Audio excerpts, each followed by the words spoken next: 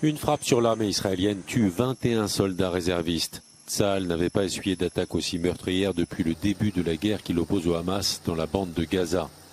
Le Premier ministre Benjamin Netanyahou a exprimé sa tristesse et promis que Tsahal se battrait jusqu'à la victoire. Selon les militaires israéliens, les réservistes ont été tués par un tir de lance-roquettes. לפי הידוע לנו בשלב זה, סביב השעה 4, ככל הנראה נורה טיל RPG על ידי מחבלים לעבר טנק שהבטיח את הכוח. ובמקביל לכך אירע פיצוץ של שני מבנים דו-קומתיים. המבנים קרסו כתוצאה מהפיצוץ הזה, בשעה שמרבית הכוח נמצא בתוכם. Selon l'agence Associated Press, Israël a proposé une trêve de 2 mois en échange de la libération des otages du Hamas. Proposition rejetée par l'organisation terroriste qui exige l'arrêt total des combats et le retrait des soldats de Tsahal.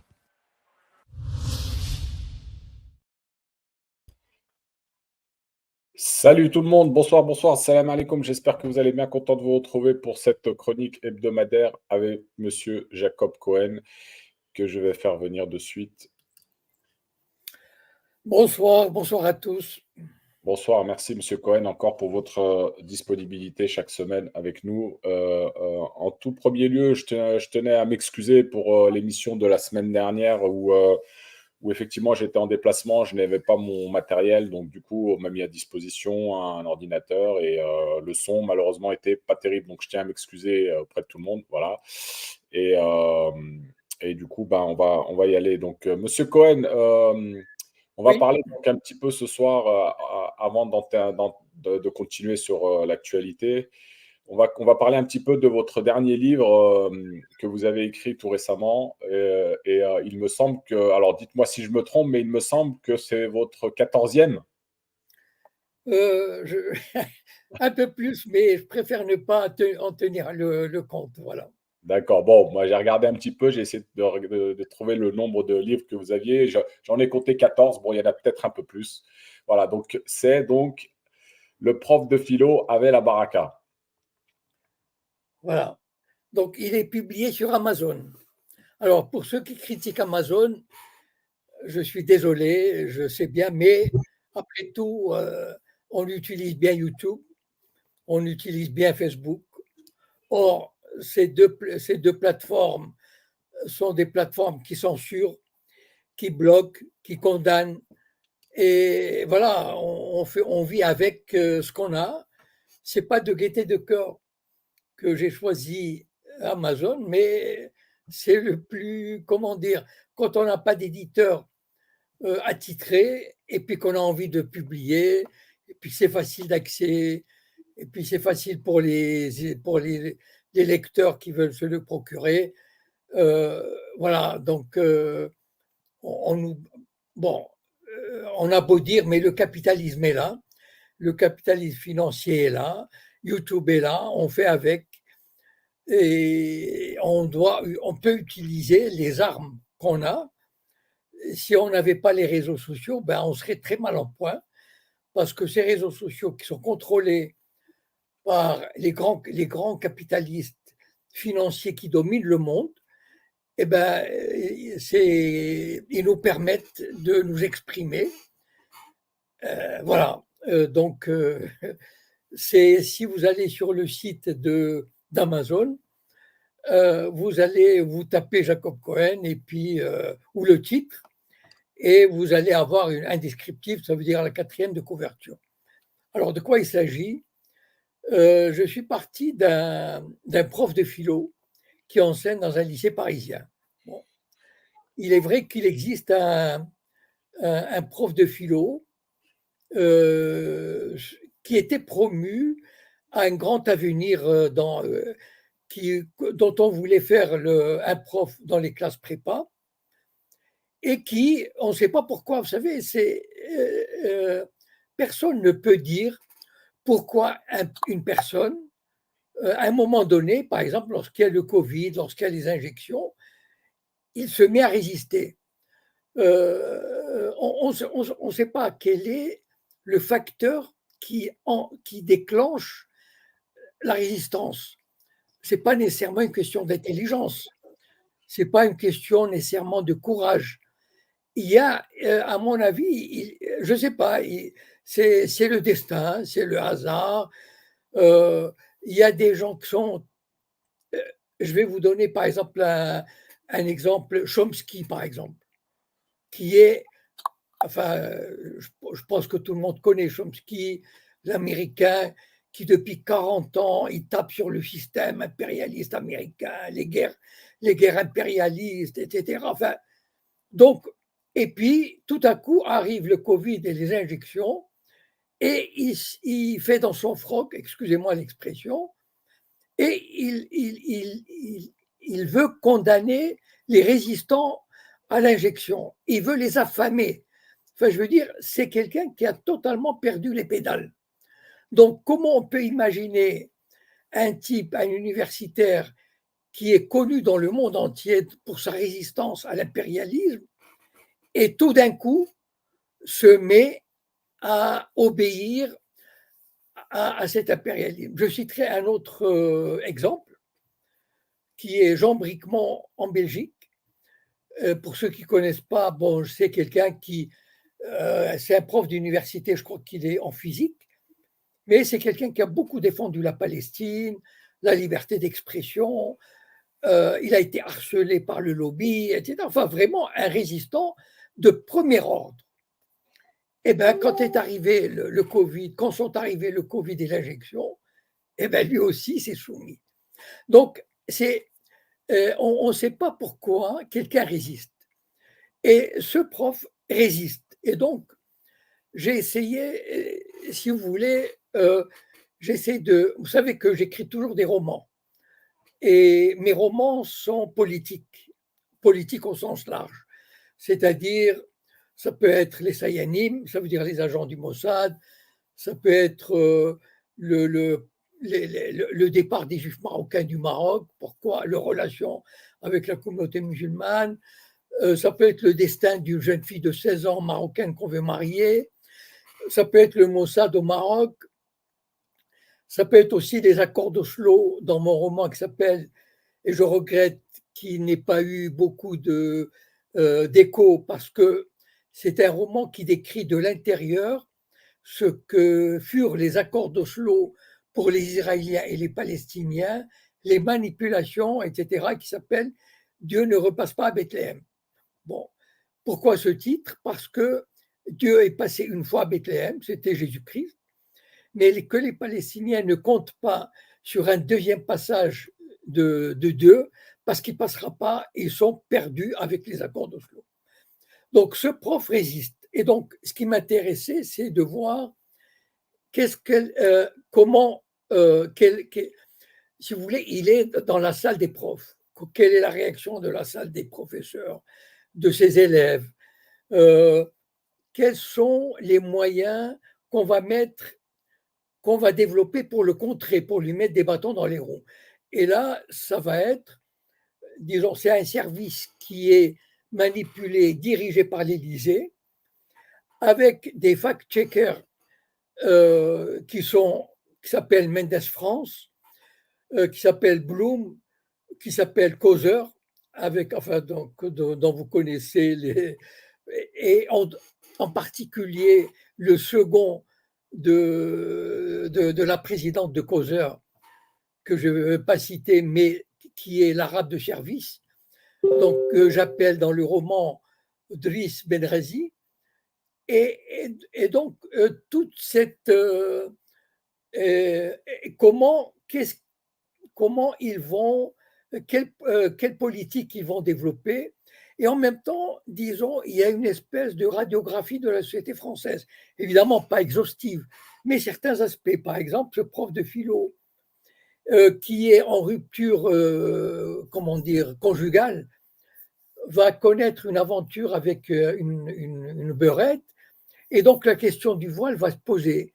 La question d'une relation avec une beurette vis-à-vis de ses collègues, qui soi-disant sont des gens ouverts, etc. Et tout à coup, la vue des morceaux de tissu les rend fous. Et donc, pourquoi le titre? C'est que ce prof de philo on va lui mettre dans les pattes une jeune étudiante d'origine sénégalaise. Qu'est-ce qui m'a donné cette idée de l'étudiante sénégalaise? C'est qu'il y a 3-4 ans, la revue Valeurs Actuelles avait mis l'accent sur une jeune noire africaine qui, évidemment, si on l'a mise en avant, c'est parce qu'elle avait un discours anti-immigré. Et donc, cette jeune fille qui a une situation précaire, parce que sur le plan des papiers, sur le plan financier, elle va adopter certaines positions elle va essayer d'être récupérée par le service de l'Élysée, par le service, par les Sayanim, notamment un célèbre avocat, etc. Et donc, on va essayer de la mettre dans les pattes de ce professeur. Voilà. Voilà, donc c'est tout. Et puis ce professeur, il va commettre le crime de l'aise Macron, c'est-à-dire il va publier un pamphlet contre le président. Et ça ne pardonne pas. Voilà, donc c'est toute cette atmosphère que j'ai voulu décrire. C'est sous forme de roman, mais en général, mes romans sont très ancrés dans la réalité psychologique, sociologique, relationnelle, etc., etc. Voilà. Bon, donc j'ai terminé avec la présentation. Alors, on a Golpis qui est avec nous. Peut-être qu'il veut réagir déjà sur votre livre. Je vais le faire monter. Bonsoir, Golpis.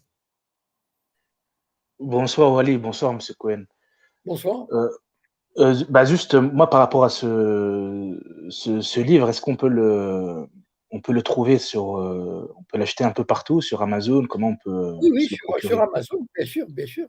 Il suffit d'aller sur Amazon et puis livre, et puis vous tapez Jacob Cohen et puis il va apparaître. Sinon, il est sur ma page Facebook, il est sur ma page VK, il est sur ma page Telegram. Voilà, donc c'est pas un problème. Voilà. D'accord, merci. Je voudrais aussi vous remercier par rapport Bon, il y a 10 ans, le livre que vous aviez fait, Le Printemps des Sayanim, qui a eu quand même un succès, on va dire. Oui. Ça, c'est quand même, il faut le Il a noter. Un grand succès. Ouais, voilà. Ok. Et voilà. Alors, on va peut-être continuer. Et puis, peut-être, si tu veux réagir après Golpis, je te referai. Ok. À tout de suite. Merci. Donc, pour celles et ceux qui veulent se procurer le livre, donc c'est pas compliqué. Amazon, il n'est pas très cher, je crois, il est à 14-15 €. Et puis, voilà, on peut se. Il y a la version numérique aussi. Il y a des gens qui aiment lire sur leur tablette. Voilà. Exactement. Donc, facile d'accès. Et puis, on pourra refaire un point dans quelques semaines sur votre livre. Alors, Monsieur Cohen, on va revenir un petit peu sur l'actualité. Oui. Et donc, cette première. Non, je ne l'ai pas passée. Si, je crois que je l'ai passée. Mais je vais la repasser, cette courte vidéo d'actualité en Palestine. Et puis, on ira sur le sujet. Une frappe sur l'armée israélienne tue 21 soldats réservistes. Tsahal n'avait pas essuyé d'attaque aussi meurtrière depuis le début de la guerre qui l'oppose au Hamas dans la bande de Gaza. Le Premier ministre Benjamin Netanyahou a exprimé sa tristesse et promis que Tsahal se battrait jusqu'à la victoire. Selon les militaires israéliens, les réservistes ont été tués par un tir de lance-roquettes. לפי הידוע לנו בשלב זה, סביב השעה 4, ככל הנראה נורה טיל RPG על ידי מחבלים לעבר טנק שהבטיח את הכוח. ובמקביל לכך אירע פיצוץ של 2 מבנים דו-קומתיים. המבנים קרסו כתוצאה מהפיצוץ הזה, בשעה שמרבית הכוח נמצא בתוכם. Selon l'agence Associated Press, Israël a proposé une trêve de 2 mois en échange de la libération des otages du Hamas. Proposition rejetée par l'organisation terroriste qui exige l'arrêt total des combats et le retrait des soldats de Tsahal. Alors, Monsieur Cohen, que pensez-vous de cette position d'Israël d'une trêve de 2 mois? Apparemment, bon, évidemment, nous, on ne peut pas savoir ce qui se passe dans les coulisses. il semble qu'il y ait beaucoup d'agitation dans les coulisses entre le Qatar, l'Égypte, Israël et probablement les Américains, etc., pour trouver une solution. Donc, mais nous, on nous donne ce qu'on veut bien nous donner, c'est-à-dire, en fait, on ne sait pas grand-chose. Voilà. Il se peut que demain, on nous annonce une trêve ou des négociations sur les otages. Il se peut que ce soit dans une semaine, dans un mois. Le simple citoyen que nous sommes totalement dans l'ignorance de ce qui se passe parce qu'effectivement, ce sont des choses, des négociations qui, pour réussir, doivent se passer dans la plus grande discrétion. Voilà. Et donc, il se peut que ce soit un ballon d'essai, le truc là de 2 mois, etc. On ne sait pas vraiment. Voilà. Mais ce qui est sûr, c'est qu'il y a des choses qui se passent, il y a des choses qui se négocient. Est-ce qu'on va arriver avant est-ce qu'on va arriver avant comment dire, avant une issue militaire définitive? Parce que apparemment l'issue militaire définitive, en tout cas telle qu'espérée par le régime sioniste, elle ne va pas avoir lieu. C'est-à-dire la victoire totale et la libération des otages par la force.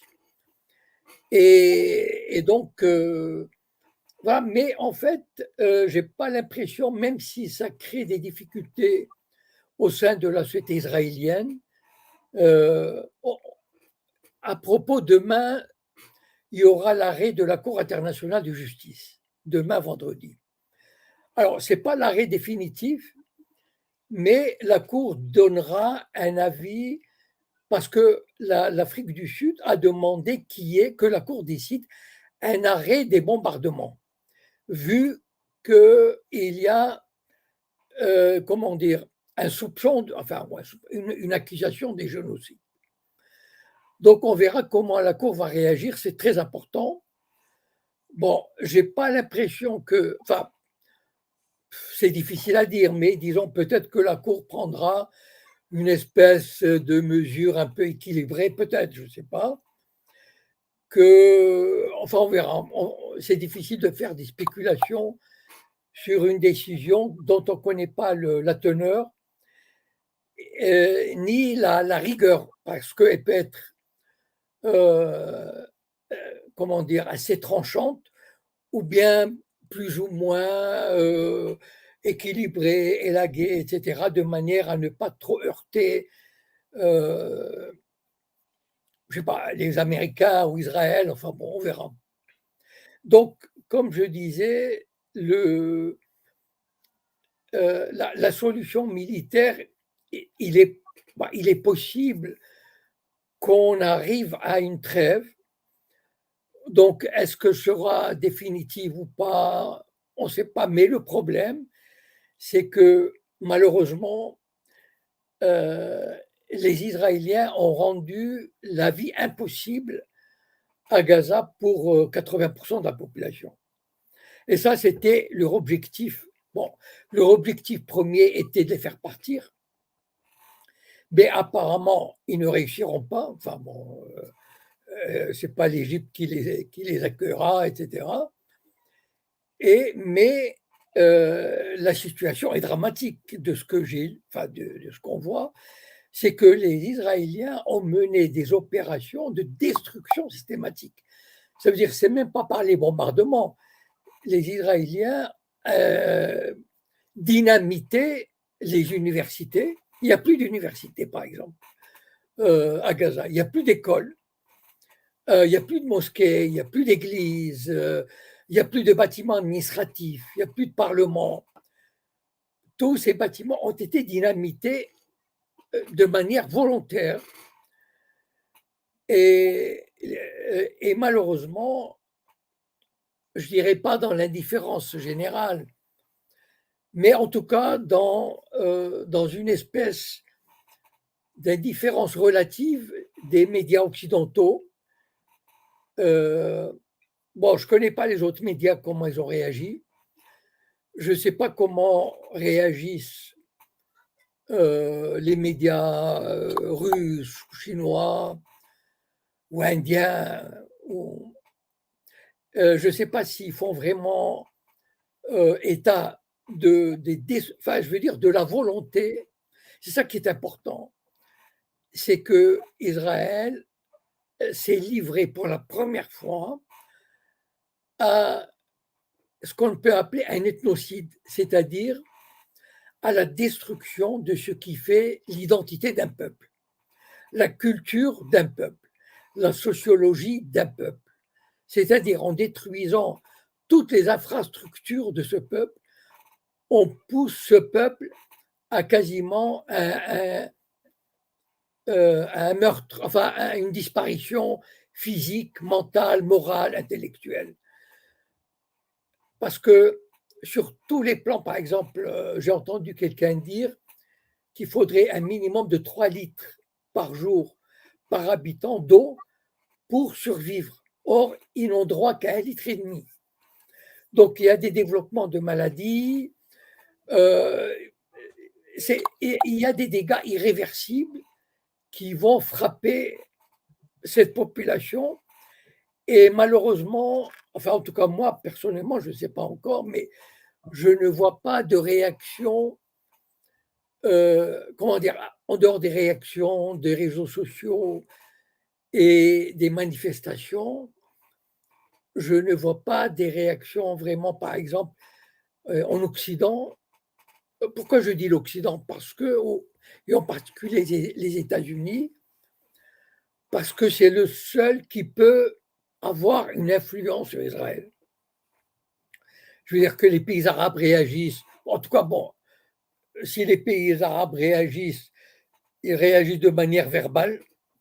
Jusqu'à présent, on n'a pas vu grand-chose de la part des pays arabes.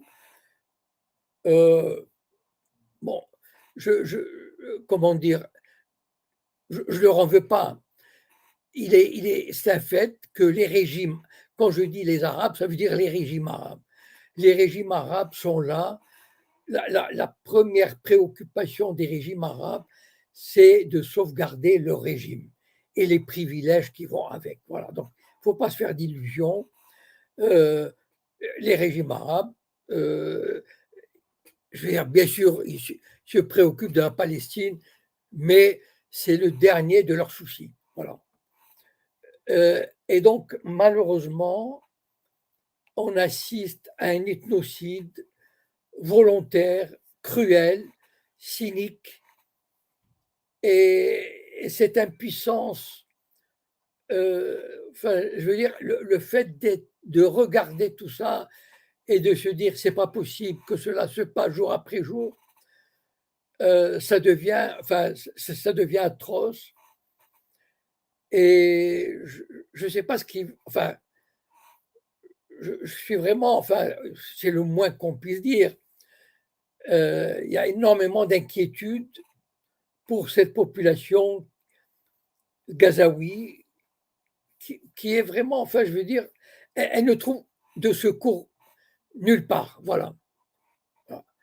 Et donc, le cynisme occidental, il va jusqu'à, récemment, j'en parlais avant la vidéo avec notre ami Wari, c'est que il y a une campagne diplomatique de l'Europe et des États-Unis pour, soi-disant, favoriser la solution à 2 États. Il y a même le ministre des Affaires étrangères européen, Joseph Borrell, qui a dit que si Israël refuse la solution à 2 États, il y aura des sanctions économiques.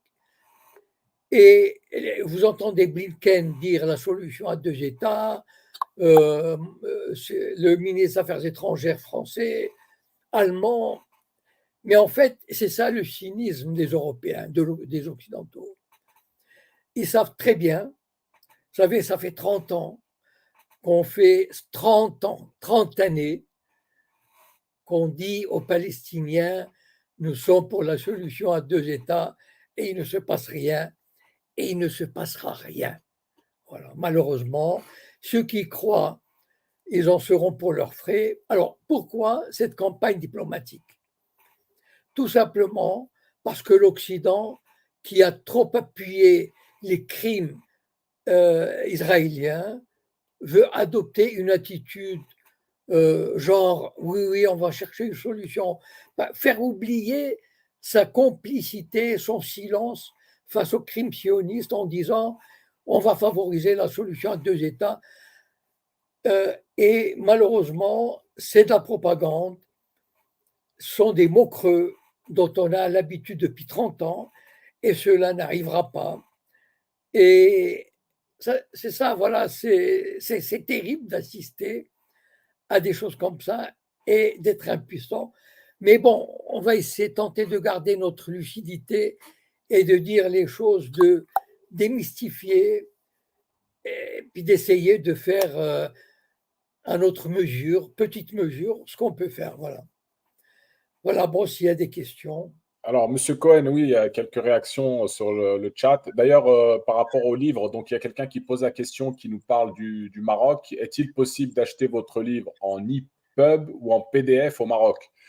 Donc oui, ça doit être possible. Il faut aller sur Amazon. Et il est possible de l'acheter en numérique, non? C'est pas. Oui, oui, je pense, oui, c'est ça. Oui. Non, non, il est possible d'acheter en numérique. Donc, il n'y a pas de problème.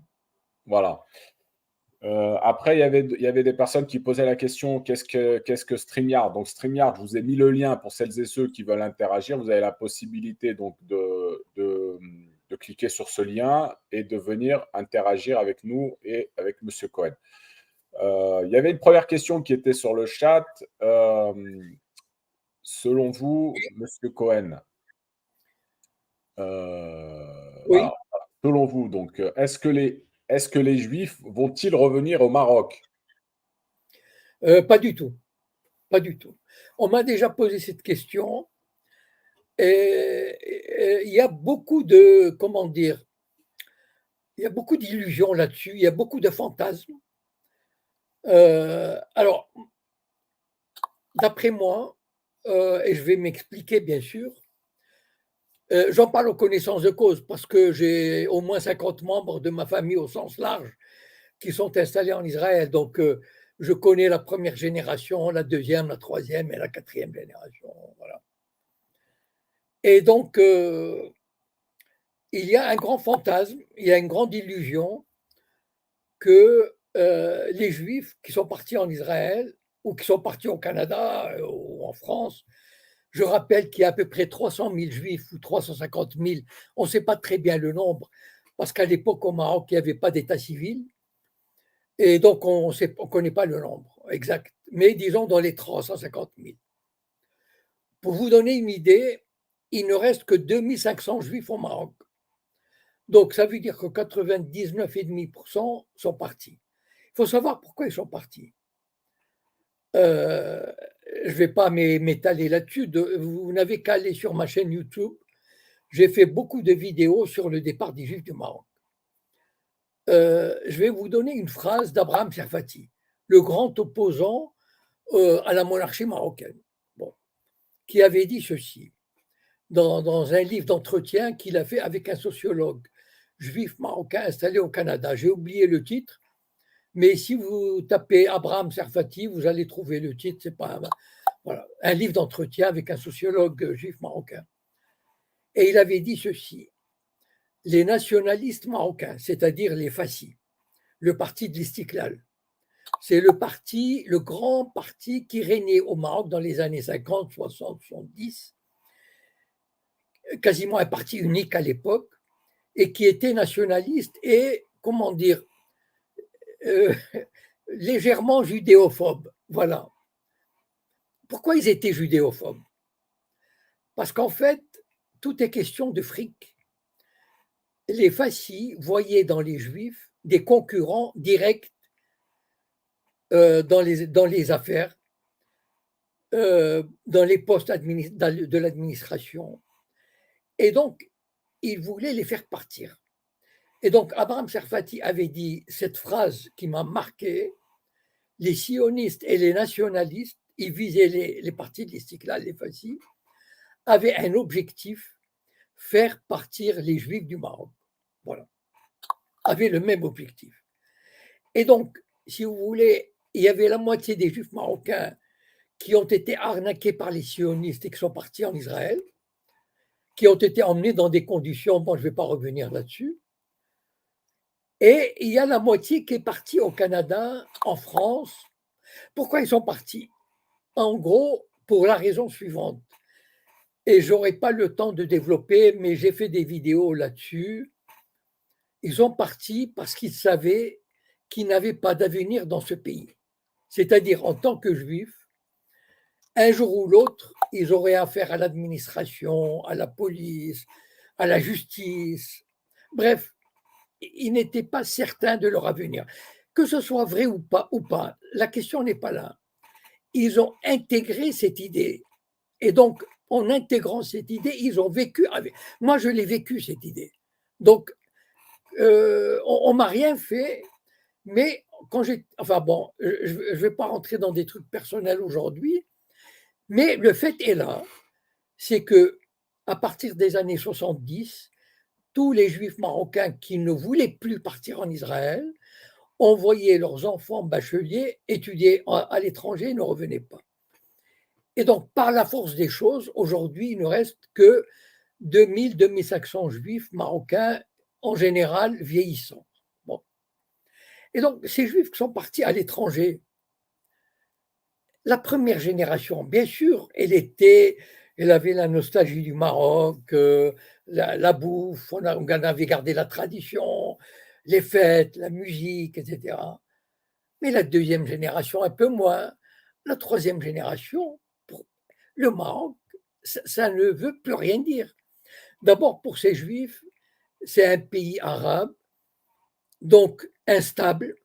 Donc, on ne sait pas, est-ce qu'on va pouvoir refaire sa vie de manière, comment dire, stable. Vous savez, la question qui se posait à un juif dans les années 70, 80, 90, c'est quoi? J'ai un problème avec l'administration. Je m'appelle Cohen, face à Mohamed. Et je n'ai aucune chance. Je suis désolé, je peux vous raconter, on peut prendre une demi-heure, une heure, et je vous raconterai des tas de choses. Réel ou fantasmé, je vais vous donner juste un exemple. Voilà.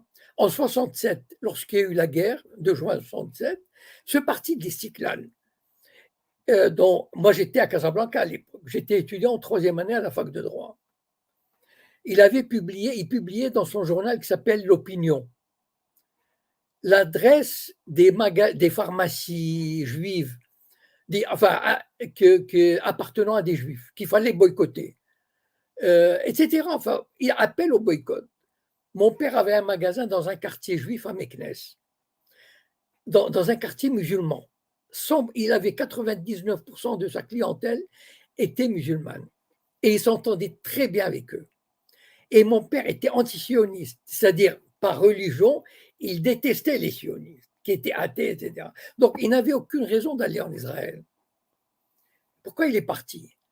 Parce que le parti d'Istiklal a envoyé un militant qui venait tous les jours devant le magasin de mon père et il disait aux musulmans, à ses compatriotes, n'achetez pas chez le juif. Voilà. Donc, voilà l'atmosphère.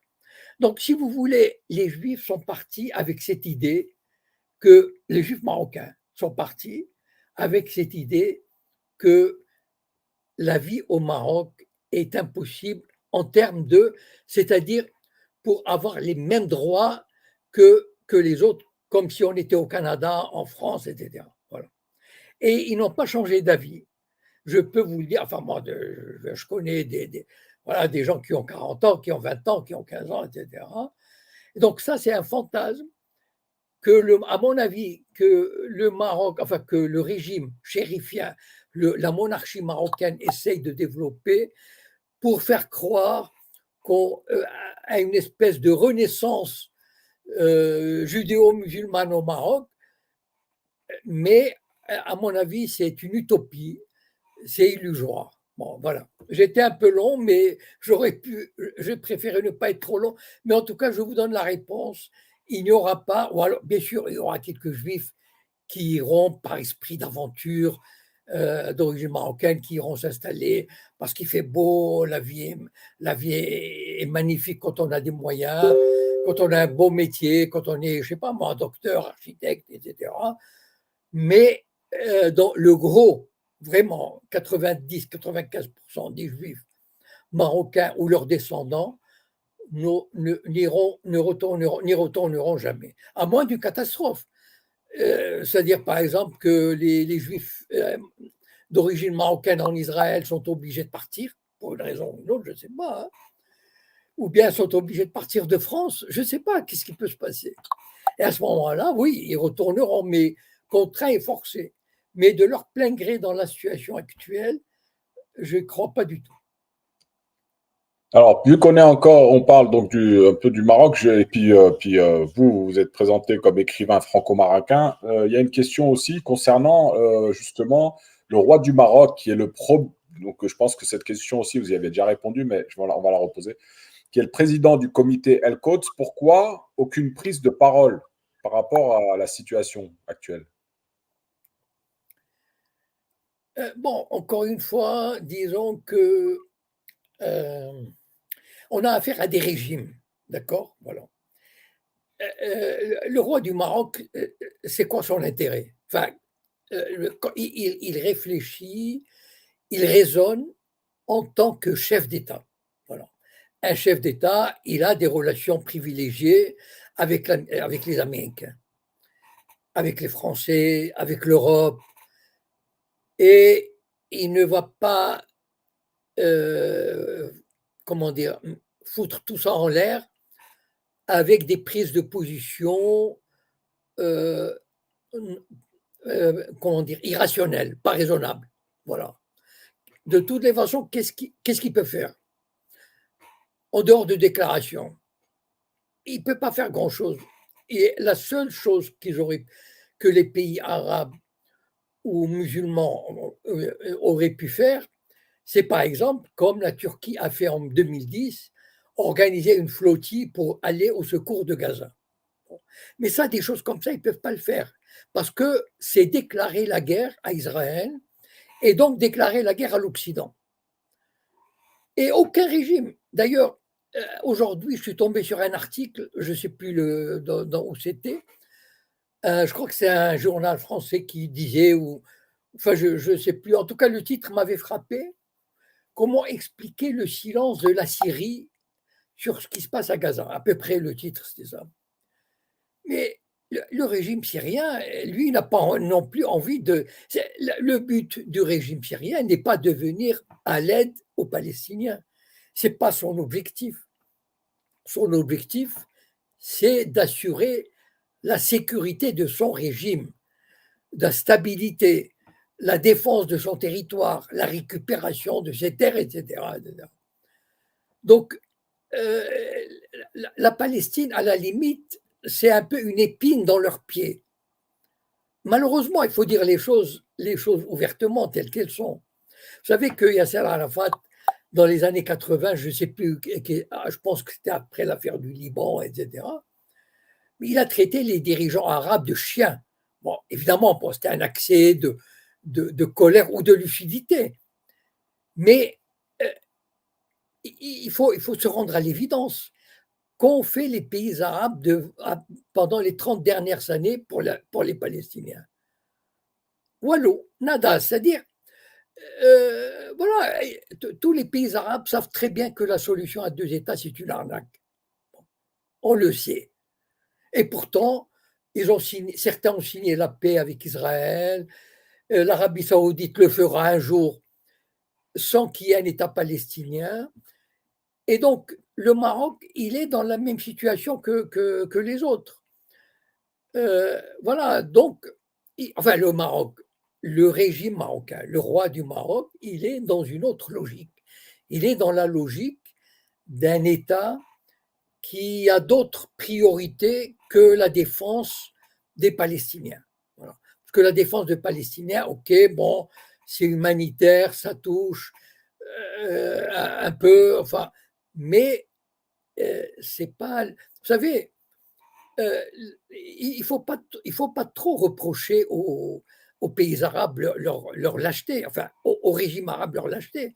Regardez les pays européens, regardez l'Amérique, soi-disant le phare de l'Occident, la liberté, la démocratie, etc. Regardez leur cynisme, comment ils envoient ce sont eux qui, chaque jour, envoient des centaines, des milliers de bombes qui font déverser sur la population. Ce sont eux qui ont un moyen de pression sur Israël et qui ne l'utilisent pas. L'Europe a des moyens de pression sur Israël et ne l'utilise pas. Les pays arabes, les régimes arabes n'ont aucun moyen de pression sur Israël. Aucun. Qu'est-ce qu'ils ont? Alors que l'Europe, oui, l'Europe a des accords commerciaux avec Israël. Important, les États-Unis ont un moyen de pression. Il suffirait que Biden lève son téléphone et dit si vous n'arrêtez pas dans les 24 heures, j'arrête l'envoi d'armes et j'arrête l'aide militaire. Mais ça s'arrête tout de suite. Les régimes arabes n'ont aucun moyen de pression sur Israël. Mais Monsieur Cohen, je vous avais déjà posé la question, mais ils ont peut-être pas un moyen de pression sur Israël, mais ils ont un moyen de pression sur l'Union européenne, par exemple. Non, ils n'ont pas un moyen de pression sur l'Union européenne. L'Union européenne, ça veut dire qu'en fait, c'est, comment dire, c'est donnant-donnant. Ils ne sont pas en position de dicter, à mon avis. Ils ne sont pas en position de dicter quelque chose à l'Union européenne. Voilà. Loin de. Maintenant, bien sûr, ils auraient pu, par exemple, comme en 1973, ils ont quadruplé le prix du pétrole, par exemple. Ils auraient pu se dire, bon, on coupe le gaz, on coupe le pétrole. Voilà. Mais vous savez, aucun pays ne l'a fait. Ni l'Iran, ni la Turquie.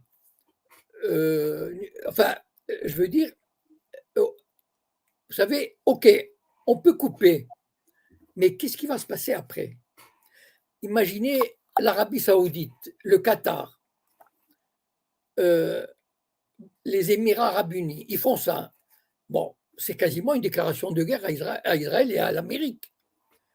Qu'est-ce qui pourrait leur arriver? Vous connaissez les Américains, de quoi ils sont capables? Est-ce que vous savez de quoi ils sont capables, les Américains? Est-ce que les Américains, quelque chose peut les arrêter? Mais ils peuvent décimer le Qatar, s'ils veulent. Qui c'est qui va les en empêcher?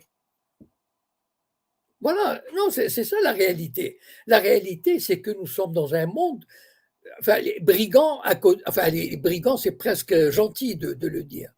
Nous sommes dans un monde où la jungle à côté, c'est presque de Disneyland. Regardez les Américains, ce qu'ils ont fait en Irak, etc. Enfin, donc, les Américains seraient capables de raser le Qatar si le Qatar venait à prendre des mesures, disons, comment dire, terrifiantes, enfin, moins importantes. Donc, ces pays-là, ils connaissent leur vulnérabilité. Ils savent que, regardez par exemple comment la Libye a été détruite, comment l'Irak a été détruit. Donc, ils connaissent leur vulnérabilité. Ils savent qu'il n'y a pas de droit dans le monde. Il n'y a pas de droit international dans le monde. Le Conseil de sécurité, vous pouvez. Enfin bon, je ne vais pas utiliser la formule qui me vient à l'esprit parce qu'elle est trop vulgaire. Le droit international, c'est de la rigolade. Le Conseil de sécurité, c'est de la rigolade, etc. Voilà. Si vous touchez à l'Amérique dans ce qu'elle a de plus névralgique, d'accord? Eh bien, elle pourrait vraiment avoir des réactions terrifiantes. Et ce n'est pas la Russie qui va venir à la rescousse. Ce n'est pas la Chine qui va venir à la rescousse. Et ce n'est pas non plus la réélection de Trump. Non, la réélection, Trump, il sera encore beaucoup plus pro-israélien. Pourquoi? Parce que ce n'est pas Trump qui est en cause. 90% des députés américains, 90% des congressistes américains, sénateurs et la Chambre des représentants, sont condamnés à être pro-israéliens parce que leur élection ou réélection dépend de l'appui ou non du lobby sioniste. Voilà, c'est une réalité. Alors, je rappelle, hein, pour celles et ceux qui sont sur le chat, vous avez le lien pour intervenir et aussi l'émission est bien en direct, hein. Ce n'est pas une rediffusion, contrairement à ce que j'ai cru voir dans les commentaires. Donc, si vous voulez intervenir, vous avez la possibilité. Je vous ai mis le lien, je vais vous le remettre. Et là, je vais donner la parole à Golpiz qui est avec nous. Oui, moi, Monsieur Cohen, j'aimerais avoir votre avis. Oui, Comme vous le savez, il y a deux ministres d'extrême droite, ou quand même certains qualifient de fascistes. oui, tout à C'est fait. des sionistes religieux. Je crois que c'est Smotrich Oui, et Ben Gvir. oui. Et comment, en fait, comment vous expliquez, ça veut dire que, en gros, ma question, c'est que ça veut dire qu'il y a il y a une partie de la société israélienne qui est pour ces gens-là. Sinon, ils n'auraient pas pu gagner enfin, avoir des mandats. Et comment vous Bah, écoute, expliquez, en fait,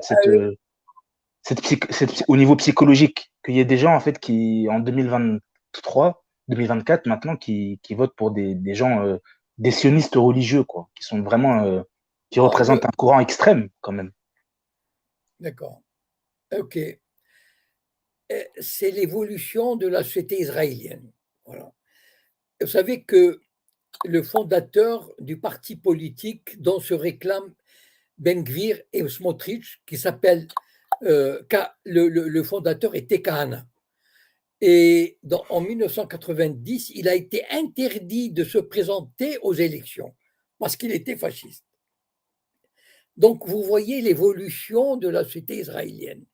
C'est-à-dire que cette société israélienne, l'occupation, quand on occupe, quand on développe une population de colons à qui on donne tous les droits, et donc on crée une société extrémiste. Il y a 30 ans, il y avait très peu de religieux en Israël. Aujourd'hui, ils représentent à peu près 30% de la population. C'est comme ça, comment dire, c'est l'évolution des choses. Les religieux font 10, 12 enfants, ils sont convaincus de leur foi. Et d'un autre côté, les démocrates, ceux qui habitent à Tel Aviv, les universitaires de gauche, etc., soit ils commencent à baisser de ton, soit ils s'en vont. Vous savez, il y avait un arabe israélien, un écrivain arabe israélien très connu.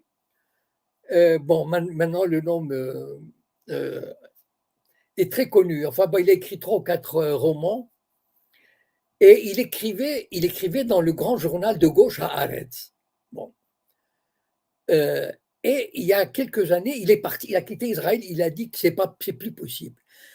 Pourquoi? Parce que c'est une société qui, c'est une évolution inéluctable. C'est-à-dire que sociologiquement, ce qui pouvait paraître incroyable il y a 20 ans, il y a 30 ans, aujourd'hui, c'est entré. Il y a même des milices.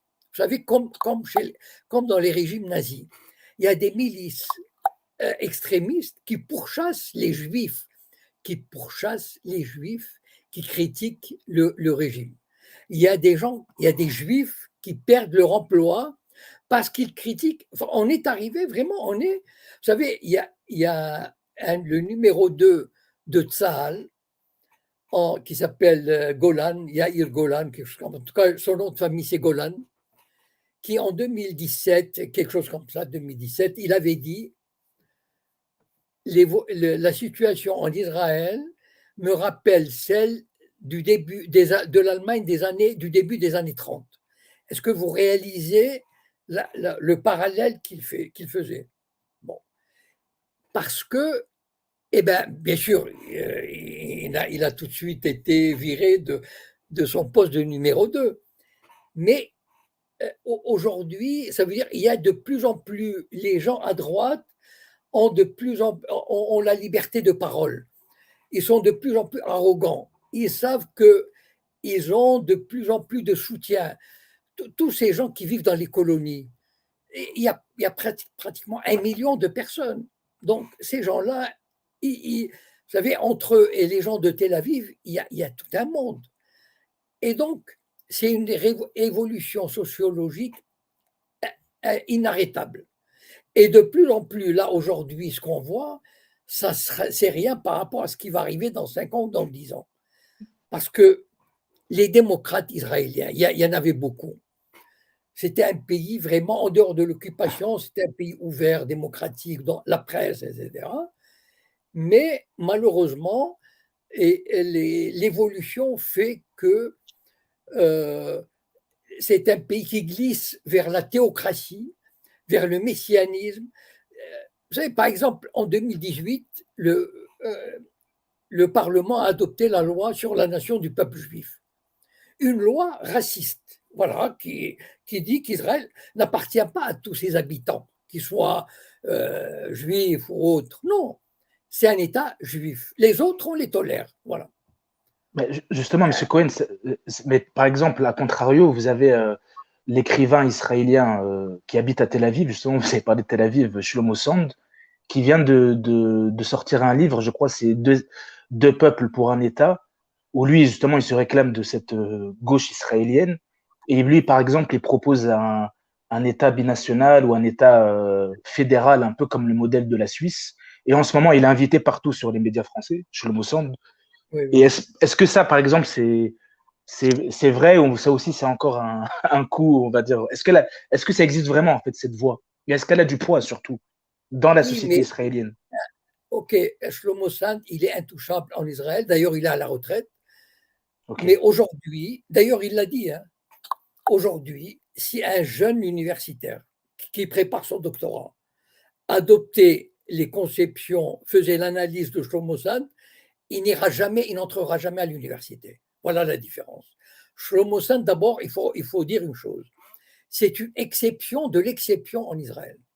Voilà. Ça veut dire, c'est vraiment, aujourd'hui, des gens comme lui, c'est quasiment, voilà, c'est une infime minorité. Il ne faut pas croire que Shlomo Sand représente un courant important en Israël. Pas du tout. Pas du tout. C'est vraiment, voilà, c'est vraiment la minorité de la minorité. Et donc, et s'il peut dire des choses, c'est que il est, comment dire, il est à la retraite. Alors que aujourd'hui, un jeune professeur, il ne fera jamais une carrière avec ces idées-là. Voilà, c'est ça la différence. Donc, Shlomo Sand, ce sont encore des rares voix qui s'expriment en Israël, mais elles vont être de plus en plus rares. Et malheureusement, c'est comme ça, c'est l'évolution. Voilà. Et ce qu'il dit, je veux dire, il est partagé par peut-être 5% d'Israéliens juifs, pas plus. Voilà. Ça veut dire que 95% pensent différemment. Voilà. Alors, Monsieur Cohen, il y a énormément de monde qui est monté nous rejoindre pour interagir avec vous. On va essayer d'être assez concis pour celles et ceux qui vont prendre la parole, s'il vous plaît. Comme ça, Monsieur Cohen répondra, si possible, à tout le monde. On va commencer par Baptiste. Bonsoir, Baptiste. Bonsoir, Monsieur Cohen. Bonsoir. Attendez. Je voulais vous poser 2 questions, s'il vous plaît.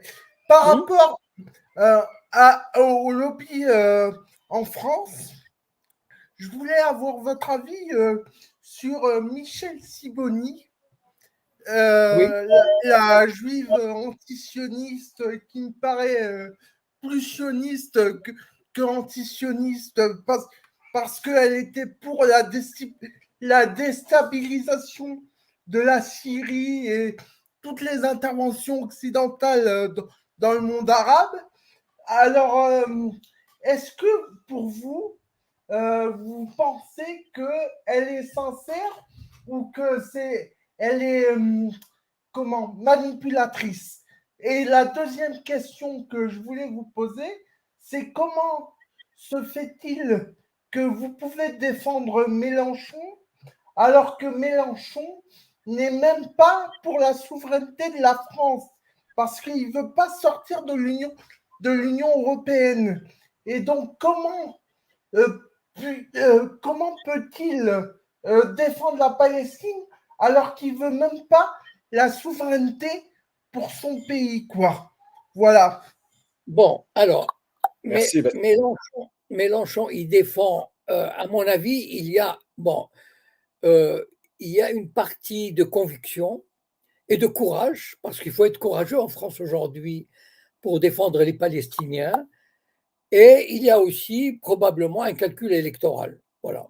C'est-à-dire, il a un, comment dire, tout un électorat qui le soutient et qui est important, mais je ne crois pas que ce soit uniquement électoral. Je pense que c'est quelqu'un qui a des convictions. Après, maintenant, malheureusement, vous savez, il y a beaucoup de gens qui auraient pu être souverainistes, mais ils savent que le peuple français, comme les peuples européens, ont été tellement imbibés de propagande européiste, qu'ils n'osent pas se dire souverainistes dans les campagnes électorales vis-à-vis de leurs électeurs, parce qu'ils ont peur de ne pas être compris par leurs électeurs. Et un homme politique, on a beau dire, mais il fait des campagnes électorales pour gagner, pas pour se dire « Ah, j'ai dit ce que j'ai pensé, tant pis si je gagne pas ». Non, un homme politique, il faut qu'il ait une part de conviction et une part de calcul. Vous savez, un homme politique n'est pas un naïf, on ne joue pas là. Voilà, donc, et on sait, enfin on le sait aujourd'hui, que aucun parti, un grand parti qui peut prétendre à être représenté valablement, que ce soit en France ou au sein de l'Europe, on sait très bien que le peuple français n'est pas prêt à entendre un discours anti-européen. Voilà. Il ne répond pas, enfin, il n'est pas prêt. Voilà. Et donc, il ne va pas faire harakiri. Okay. Il ne va pas se suicider. Bon, maintenant, concernant Michel Sibony, moi, personnellement, enfin, j'ai eu l'occasion de la rencontrer il y a très longtemps quand je faisais partie de l'UJFP. À mon avis, c'est une femme sincère qui a des convictions sur la Palestine. Après, ce qu'elle pense de la Syrie, moi, je ne sais pas. Et je veux dire, ça n'a rien, enfin, ça n'a rien, oui, ça n'a rien à voir parce que on peut défendre la Palestine et avoir d'autres convictions sur la Syrie ou sur d'autres problèmes ou sur le climat, ou, enfin, voilà. Mais sur la Palestine, je pense qu'elle est sincère. Allez-y, Wally. Alors, Monsieur Cohen, juste avant de donner la parole à Jaja, qui est avec nous sur YouTube, sur TikTok, il y a quelqu'un qui nous parle de Georges Abdallah. Est-ce que vous pouvez nous dire deux mots là-dessus? Sur le prisonnier Georges Abdallah. Ah oui, d'accord. Georges Ibrahim Abdallah, d'accord. Ouais, oui. c'est ça, voilà. Alors, en deux mots, voilà. Il a été arrêté. En fait, voilà. Bon, là, ça me tombe comme ça sur le coup. Je perds un peu. Mais en fait, c'est un prisonnier qui aurait dû être libéré depuis longtemps. Parce qu'il a fait son temps. Enfin, et en gros, ce sont les services de renseignement français et israéliens qui empêchent sa libération. Voilà. Et toutes les tentatives ont échoué. Il y a des pressions énormes des services spéciaux israéliens et français pour qu'ils ne soient pas libérés, contre toute application du droit. Parce que il a fait sa peine, il était libérable depuis au moins 15 ans. Voilà. Il était libérable. Et même, il y a eu une cour, je crois, à un moment donné, il faudrait que je revoie, je suis un peu pris à l'improviste, je crois même qu'il y a eu une cour, je ne sais plus laquelle, qui a déclaré qu'il peut très bien qui est libérable, et on a ignoré cet arrêt de la cour. Donc, c'est vraiment un maintien en prison, en détention, c'est une vengeance des services spéciaux. Voilà. Ok, très bien, merci M. Cohen. On aura peut-être l'occasion d'en reparler dans les prochaines Oui, d'accord. Voilà, merci. Donc, je donne la parole à Jaja. Bonsoir. Jaja, votre micro. Oui, bonsoir. Bonsoir. Oui, j'avais deux questions. Vous m'entendez bien? Oui, très bien. Oui, je voulais poser une question. Qu'est-ce que vous pensez de l'envoi humanitaire de la France à Gaza en avion aérien? Parce qu'ils ont... Et qu'est-ce que vous pensez aussi de la non-participation du bombardement au Yémen de la France qui n'a pas aidé, qui n'a pas bombardé le Yémen avec l'Angleterre et l'Amérique. Oui, oui. Voilà. Alors, l'envoi de l'aide parachuté par la France en association avec les Émirats arabes unis, je crois, ou une petite monarchie comme ça, c'est vraiment de la poudre aux yeux. C'est de la propagande. Voilà. Pourquoi? Parce que je me souviens avoir posté cette information avec le commentaire suivant. Ils ont lancé 7 tonnes de matériel. 7 tonnes de matériel. Ça veut dire 7 millions de kilos. Pour une population de 2 millions et quelques, ça veut dire que ça revenait à peu près à quelques grammes par personne. Voilà. Donc, c'est de la poudre aux yeux, c'est se foutre du monde. Bon. Alors, la deuxième question, d'après les informations que j'ai pu recueillir, c'est que ce sont les militaires. C'est pas Macron qui s'est opposé, qui n'a pas voulu participer au bombardement. Ce sont les militaires français. Vous savez, à un moment donné, je ne sais plus à quelle circonstance, on avait donné aux militaires français le droit de refuser un ordre s'il allait à l'encontre de leurs intérêts ou des intérêts supérieurs, ou aller contre le droit. Et donc, ce sont les militaires français qui ont dit à Macron, nous n'appliquerons pas cet ordre. Parce que Macron avait dit qu'il participerait, au début, il avait dit qu'il participerait au bombardement, à l'action. Et les militaires ont réagi, enfin, évidemment, discrètement, ils n'ont pas crié sur les toits. Et à ce moment-là, il a fait dire à son ministre de la Défense que la France ne participerait pas. Mais en fait, ce sont les militaires qui, en vertu d'un droit qui leur a été reconnu, ont dit à Macron qu'ils ne participeraient pas à ce bombardement, à leur avis, illégal. Voilà. On y va, Wally? Oui, oui. Donc, il y avait Jean Novak avec nous. Oui, Bonsoir. alors, oui, bonsoir, vous m'entendez bien? Très bien. Ouais, c'est parfait. Voilà, alors j'ai une question qui est simple, enfin qui est simple dans son apparence, mais qui est assez technique en soi. C'est, y aurait-il une doctrine religieuse qui permettrait aux plus religieux d'envoyer les moins religieux au front? Je ne sais pas si vous voyez ce que je veux dire. Oui, non, il n'y a Voilà, pas du tout non, il n'y a pas du tout de règles comme ça. Non, en fait, les religieux en Israël, enfin, il y a plusieurs sortes de religieux en Israël. Il y a justement. les orthodoxes qui refusent de s'insérer dans la vie civile, qui ne travaillent pas et dont le rêve est d'étudier la Torah toute la journée et de recevoir une subvention pour en vivre. Bon. Et puis, il y a des nationalistes religieux, ça veut dire que il y a d'ailleurs une grande partie des officiers. D'ailleurs, si vous regardez les vidéos sur les Israéliens, vous verrez que beaucoup portent des kippas sur la tête. Ça veut dire que la religion n'empêche pas d'aller à l'armée. Au contraire, il y a beaucoup de nationalistes. Ce sont les plus extrémistes d'ailleurs. Ce sont ces religieux fanatiques parce que eux, ils ne veulent pas de compromis du tout avec les Palestiniens. Enfin, les autres non plus, mais enfin, ceux-là avec la kippa, avec les religieux, ce sont les plus extrémistes, les plus fanatiques, ils refusent tout compromis. Mais de plus en plus, ils font leur service militaire, ils sont à l'armée.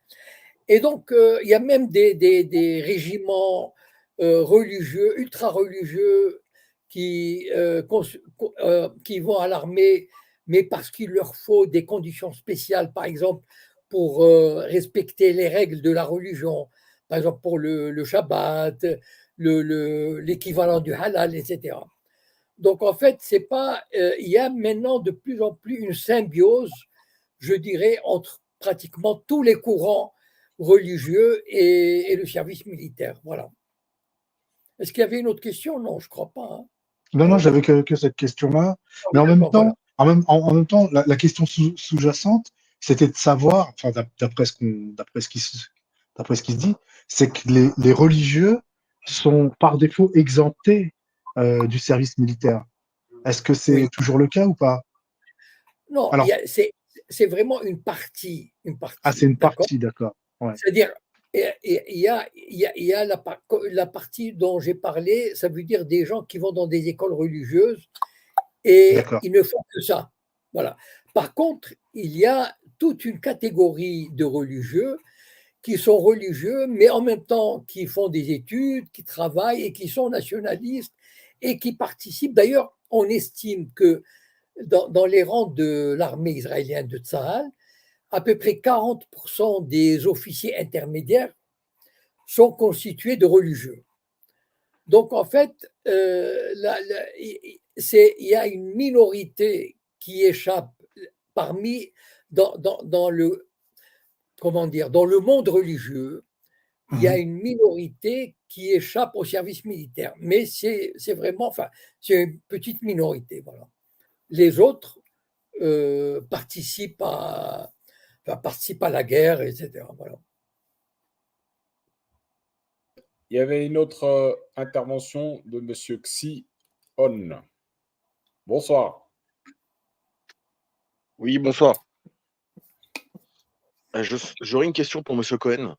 Oui. Oui. Je voulais savoir, est-ce que vous pensez qu'Israël peut, d'une pierre deux coups, attaquer l'Iran avec des armes nucléaires tactiques si les États-Unis venaient à être attaqués, comment dire, à recevoir une sorte d'attaque informatique qui plongerait les États-Unis dans une guerre civile et que les États-Unis diraient que c'est l'Iran qui est derrière cette attaque informatique et de ce fait, Israël pourrait, par un jeu d'alliance, attaquer l'Iran avec des armes nucléaires tactiques. Bon, ça c'est de la science-fiction, donc moi je peux pas, enfin je veux dire vraiment, je peux pas raisonner là-dessus parce qu'on ne sait pas. Mais par contre, je crois qu'une attaque sur l'Iran serait dévastatrice pour toute la région parce que je pense qu'on ignore beaucoup de quoi l'Iran est capable. Elle est très bien armée, l'Iran est très bien armé en missiles, etc. On ne sait pas quelle sera à ce moment-là la réaction de la Syrie, du Hezbollah. Ça serait vraiment une conflagration et je n'ai pas l'impression, vous savez, les Israéliens, ça fait 20 ans qu'ils rêvent de bombarder l'Iran, ils ne le font pas parce qu'ils savent que le prix à payer sera terrible. Voilà. Et donc, à mon avis, ça n'arrivera pas. Mais bon, mais ça, c'est une intuition. Mais pourtant, oui. Vous qui parlez de science-fiction, je vous invite à voir le dernier film des Obama, qui est un peu un clin d'œil à ce que je viens de dire. Et surtout, la une de The Economist de décembre 2022, qui est assez parlante, pour le coup. Oui, mais là on rentre dans des scénarios vraiment de science-fiction. Voilà, c'est-à-dire que, qu'est-ce que vous voulez que je vous dise? Je veux dire, est-ce que on en parlera quand ça arrivera? Parce qu'on ne va pas construire aujourd'hui tout un schéma. Moi, je suis incapable de construire, je suis désolé. C'est-à-dire, en faire des spéculations. Bon, ben, voilà. Alors, l'effondrement, une attaque sur les, comment dire, sur les réseaux sociaux américains pour créer une guerre civile. Bon, enfin, je ne sais pas. On peut en discuter autour d'une bière, par exemple. Oui, c'est comment dire, c'est séduisant comme scénario. Mais moi, je peux pas dire quelque chose, je ne peux pas construire quelque chose là-dessus, enfin, je ne sais pas. Voilà.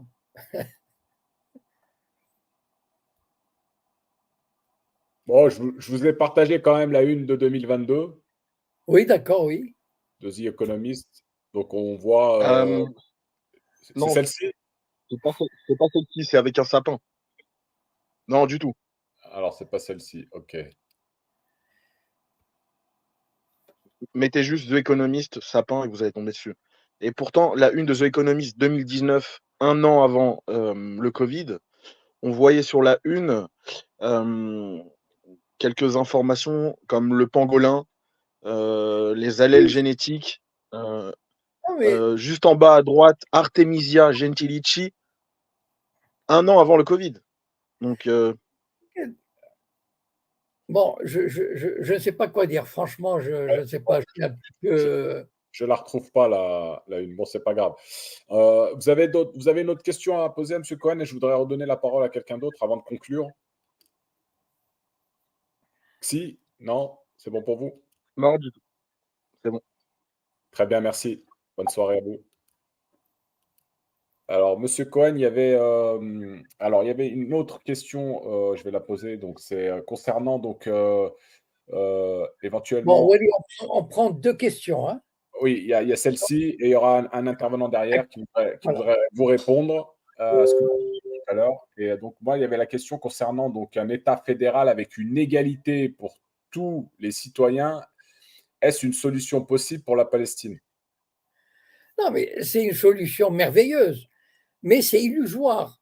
Enfin, je veux dire, voilà, c'est complètement. Enfin, vous savez, les belles solutions, il y en a. Et, par exemple, même le plan de partage, à la limite, il aurait pu marcher, après tout, pourquoi pas.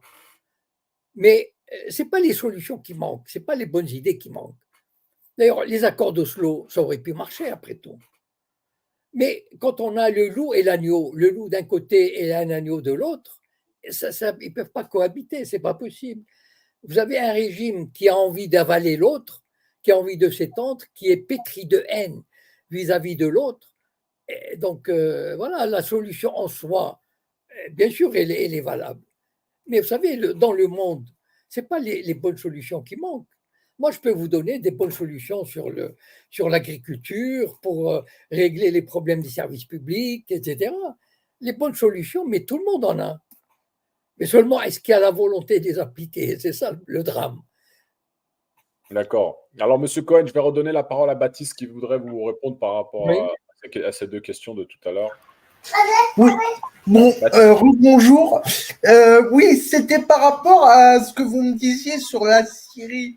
Mais vous savez, c'est pas à vous que je vais apprendre que la Palestine n'est que la zone méridionale de la Syrie.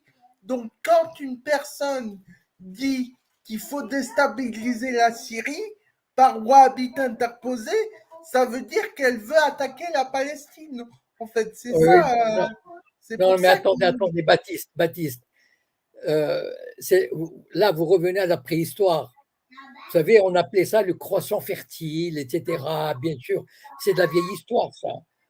Je veux dire, vous savez, la Syrie, le Liban, la Palestine, bon, tout ça a été divisé par les colonialistes. Donc, on ne va pas revenir avant à l'Empire turc.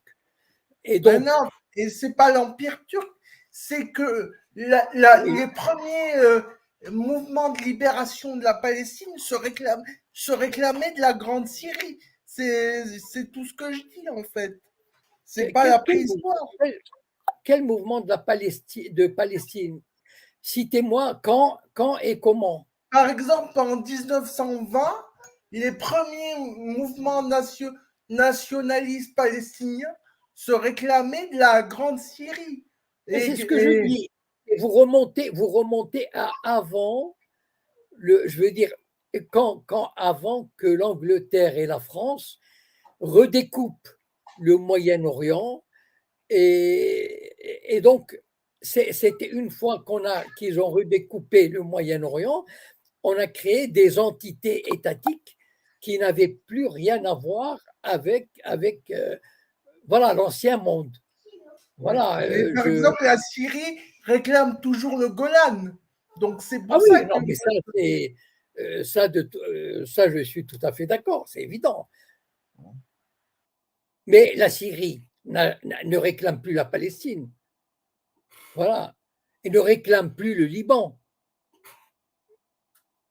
Donc, bon, on prend une dernière, Wally, s'il y en a. Monsieur Cohen, Wally.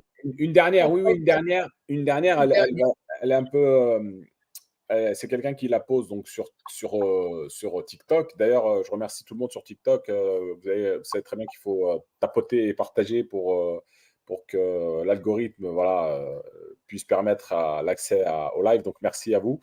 Donc, la question, c'était pourquoi les sionistes ont cette haine cruelle des Palestiniens, s'il vous plaît? Parce que quand ils sont arrivés, ils se sont rendus compte que c'était eux qu'il fallait faire disparaître d'une façon ou d'une autre. C'est-à-dire c'était eux comment dire, ils sont arrivés, ils pensaient que, vous savez, ils arrivaient de Russie et de Pologne.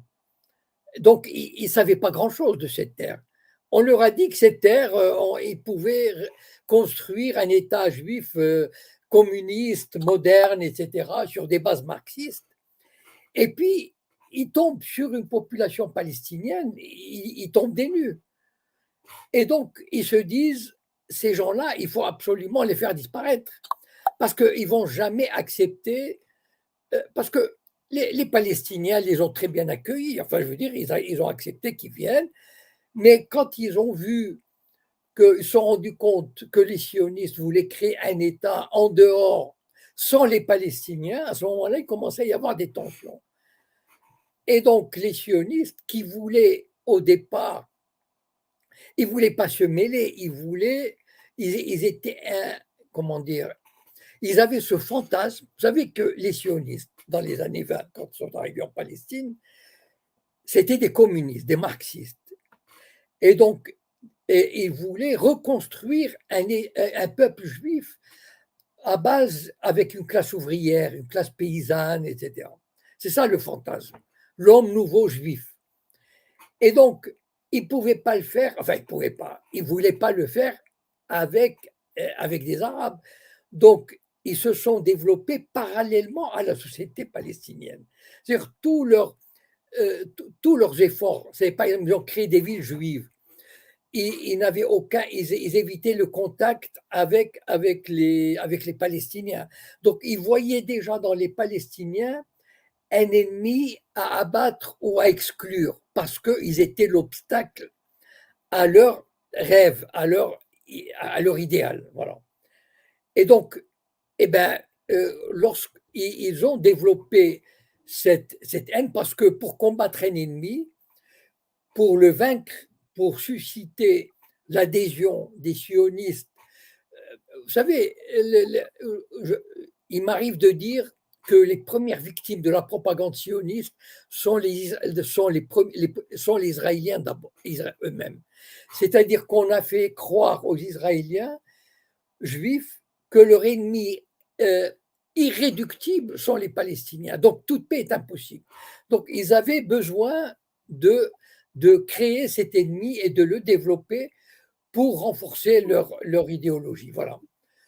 Bon, ben, sur ce. Alors, Monsieur Cohen, juste pour terminer, il y a Golpis qui voudrait une dernière intervention et après on clôture. Voilà. Golpis, à vous. Oui, une dernière chose, Monsieur Cohen, peut-être une lueur d'espoir. Comme vous savez, si on regarde du nord au sud, en Palestine, et qu'on calcule, il y a 7,5 millions de juifs et 7,5 millions d'arabes. Donc, on va dire de façon logique, c'est impossible qu'ils arrivent à les exterminer ou à les faire fuir de cette terre. Donc peut-être que la solution, elle va être, on va dire, il y aura quelque chose de positif qui va sortir de tout ça par rapport à la démographie, en fait, sur un plan démographique. Écoutez, je souhaite. C'est dommage que je ne suis pas croyant, sinon j'aurais pu vous dire que Dieu vous entende. Voilà. Merci. Bon ben, très bien, merci M. Cohen. Bonne soirée à tous. Merci Golpis. Voilà, donc on se donne rendez-vous la semaine prochaine. Oui, juste un petit mot vite fait pour vous dire qu'il y avait un peu plus de 300 personnes ce soir, plus TikTok, 350 personnes. Il y a des gens qui vous regardent, qui sont au Sénégal, en Algérie, au Maroc, en Nouvelle-Calédonie. Donc vous êtes suivis un peu partout. Donc je salue tout le monde et je vous remercie. Bonsoir à tout le monde. Voilà, M. Cohen. À la semaine prochaine. Allez. Voilà les amis, donc merci à vous d'avoir suivi encore cette chronique avec Monsieur Cohen. 1h20 d'émission. Je vous rappelle bien sûr qu'il y a un lien en description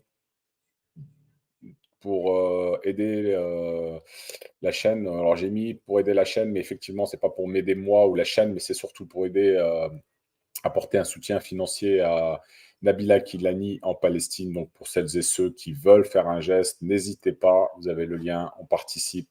Et ça ira directement à elle pour l'aider sur le terrain où elle se trouve aujourd'hui dans le sud de la bande de Gaza. Voilà, excellente soirée à vous et je vous donne rendez-vous prochainement. Salam alaikum à tous.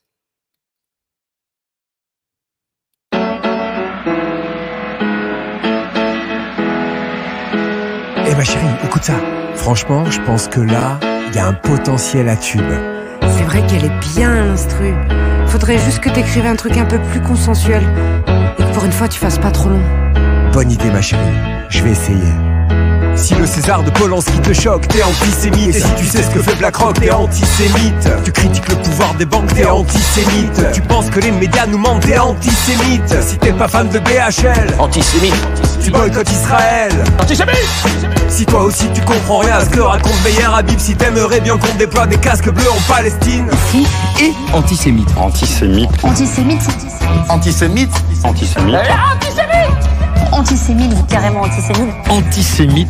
Si t'es patriote en Europe, t'es antisémite. Si t'en as marre de leur faire prendre, t'es antisémite. Tu veux la justice pour Gaza, t'es antisémite. T'as des questions sur la Shoah, t'es antisémite. Tu sais qui gérait l'esclavage, t'es antisémite. Si quand tu vois Patrick Cohen, tu dis les chambres à gaz quand même dommage. Il n'est pas seulement antisémite, il est négationniste. Quenelle dans le fion du système, t'es antisémite. Et si t'espères qu'un jour on libérera Jérusalem, antisémite. T'es gilets jaunes, t'es antisémite. L'impunité de Jack Lang, le pédotéton, t'es antisémite. Antisémite. Antisémite. Antisémite. Antisémite. Jamais antisémite. Antisémite. Tu lis Gershom Scholem, t'es antisémite. T'aimes pas Woody Allen, t'es antisémite. Tu doubles Elie Wiesel, t'es antisémite. Tu parles de l'affaire Bruel, t'es antisémite. Si tu connais l'identité du dénommé Jean-Luc Brunel, Dieudo te fait marrer, t'es antisémite. Tu kiffes pas le marais, t'es antisémite. Tu vas à la mosquée, t'es antisémite. T'es catholique, t'es forcément antisémite. Tu lis Céline, t'es un antisémite. Si tu supportes plus Elisabeth Lévy et sa voix d'alcoolique, antisémite. Je vous ai juste demandé, quand on dit il n'y a pas trop assez de, mettons, noirs, arabes, asiatiques à la télévision, il faut me dire il y a trop de quoi. Eh moi je te le dirais bien de quoi il y a trop, mais c'est illégal alors je vais m'abstenir. Antisémite. Une allusion à Israël en mentionnant le 11 septembre. Si t'as le culot de penser que la France devrait pas être avant, dis qu'un juif est juif, t'es antisémite. T'es surpris de voir le président prosterné au dîner du CRIF. Tu traînes un sioniste, t'es antisémite. Si toi aussi tu trouves le Talmud légèrement raciste, Ouvertement antisémite. Violemment antisémite. Antisémite. Antisémite. Antisémite. Antisémite. Antisémite. Antisémite. Si tu parles de Rita Katz, t'es antisémite. Et si tu aimes les ananas, t'es antisémite. Si tu prononces Jeffrey Epstein, t'es antisémite. Tu te souviens de Lloyd Blankfein, t'es antisémite. Si tu dis que les Palestiniens sont aussi des humains, si tu penses que l'abbé Pierre était vraiment quelqu'un de bien, antisémite. Antisémite. Antisémite. Antisémite. T'as de l'admiration pour le courage de Garaudy. 40 ans d'Atali, tu penses que ça suffit. Tu te demandes si le phosphore blanc c'est pas une arme chimique. T'aimerais parler du zyklon mais de façon scientifique. Si toi aussi la nausée te saisit en une milliseconde à la mention de l'armée qu'ils disent la plus morale du monde, tu parles des Rothschild, t'es antisémite. T'as pas trop le choix, c'est pas toi qui décides. Car si tu dis la vérité, ils crient déjà au génocide. Pourrais sans doute te défendre si un juif t'attaquait. Et devenir leur esclave fait pas partie de tes projets. Bah t'es un antisémite. Bienvenue au club. Et t'as vu ma chérie? Mission accomplie. C'est pas trop long.